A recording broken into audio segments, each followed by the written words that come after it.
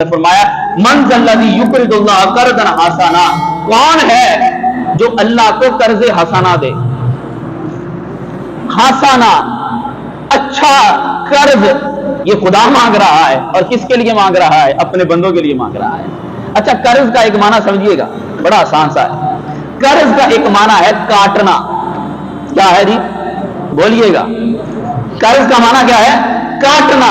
اس لیے کہ کوئی بندہ بھی جب اپنے کسی مسلمان بھائی کو پیسہ دیتا ہے تو اپنے پیسے میں سے کاٹ کر دیتا ہے، اس لیے اس کا معنی ہے کاٹنا۔ وہ اپنے پیسے میں سے کاٹ کر، وہ 50,000 ہو لاکھ ہو، کاٹ کر دیتا ہے تاکہ میرا بھائی اپنی ضروریات کو پورا فرما لے۔ اور دوسرا اس کا ایک معنی یہ بھی ہے کہ جدا کرنا، کہ بندہ جو ہے وہ اپنے پیسے سے کچھ پیسہ جدا کر کے اپنے بھائی کو دیتا ہے۔ اور اس کے علاوہ اور بھی معنی بیان کیے گئے کہ قرض سے ہوتا کیا ہے۔ ایک تو بندہ اپنا پیسہ کاٹ کر مسلمان کو دیتا ہے، اور قرض لینے والا جو لے کر چلا جاتا ہے نا، جس نے دیا ہے وہ اپنے دل سے اپنے بھائی کی محبت کو کاٹ بھی دیتا ہے۔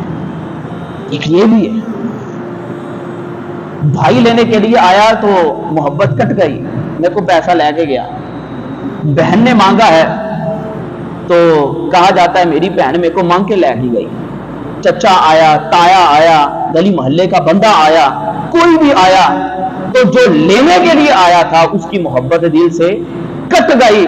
اور ہمیں بتا دیا گیا کہ بندے بندوں کو دیں تو محبت کٹ جاتی ہے۔ ذوق دیجیے گا کہ بندے بندوں کو دیں تو محبت کٹ جاتی ہے، لیکن جب بندہ اپنے خدا کو دیتا ہے تو 70 گنا محبت کے اندر اضافہ ہی ہو جاتا ہے۔ تو بندوں کو دینے سے محبت کٹتی ہے اور خدا کو دینے سے محبت کے اندر اضافہ ہوتا ہے۔